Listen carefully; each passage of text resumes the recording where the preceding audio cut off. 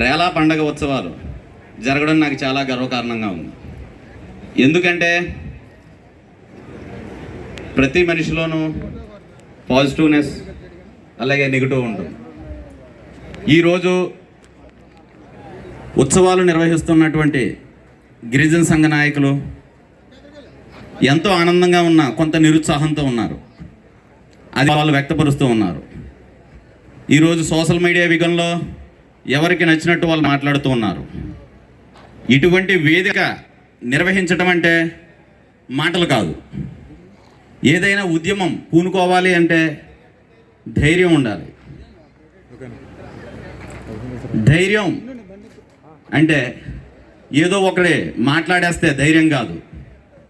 ఆ ధైర్యానికి అన్ని బలాలు తోడై ఈ కార్యక్రమానికి ఏ విధంగా చేయాలి, ఒక ఆలోచన, ఒక విధి విధానం అన్నీ పూనుకొని ఒక ఆర్థిక స్థితిగతుల నుంచి కూడా ముందుకు వచ్చి ఇంతమంది ఈ వేదికని ఇంతమంది జనసంతోషంతో నిండి ఉన్నారంటే వీళ్ళ కష్టం ఒక రోజు 2 రోజులు కాదు.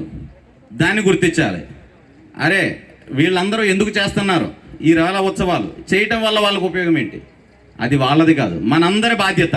ఇది ఎవరి బాధ్యత చెప్పాలి? మనందరి బాధ్యత. మన సంస్కృతి, మన సంప్రదాయాలు. ఇప్పుడు ప్రపంచ దేశాలు చూసినట్లయితే ప్రపంచ దేశాల్లో ఉన్న ప్రతి దేశంలోనూ ఒక ఆదివాసీ ప్రాంతం ఉంది. మీ అందరికీ తెలుసా? ప్రతి దేశంలోనూ ఒక ఆదివాసీ ప్రాంతం ఉంటుంది. ప్రతి ప్రాంతానికి ఉన్న ఆదివాసీలకి ప్రతి ఒక్క సంస్కృతి ఉంటుంది.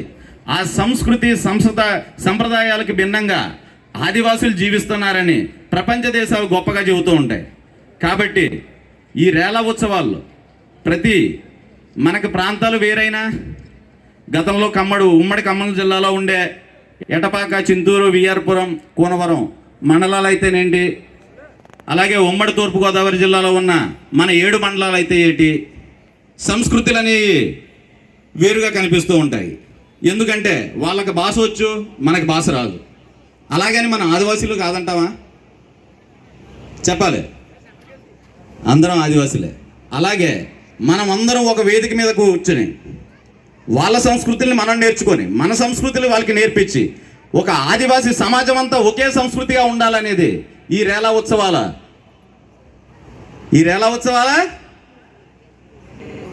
నిర్ణయం.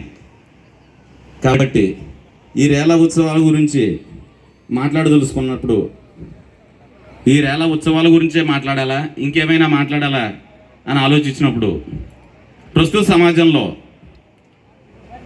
ఆదివాసీలు అన్ని త్యాగాలే చేస్తూ ఉన్నారు.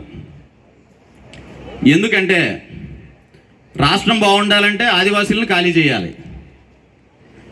దేశం బాగుండాలంటే ఆదివాసీ సమాజాన్ని, అక్కడ ఆదివాసీ ప్రజానికాన్నంతటినీ బయటికి తరిమివేయాలి. ఎందుకు?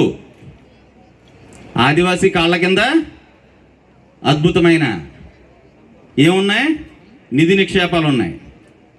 కాబట్టి కేంద్ర రాష్ట్ర ప్రభుత్వాలు అయితే ఎవరైతే ఆదివాసీలపై చిన్న చూపే చూస్తున్నారు.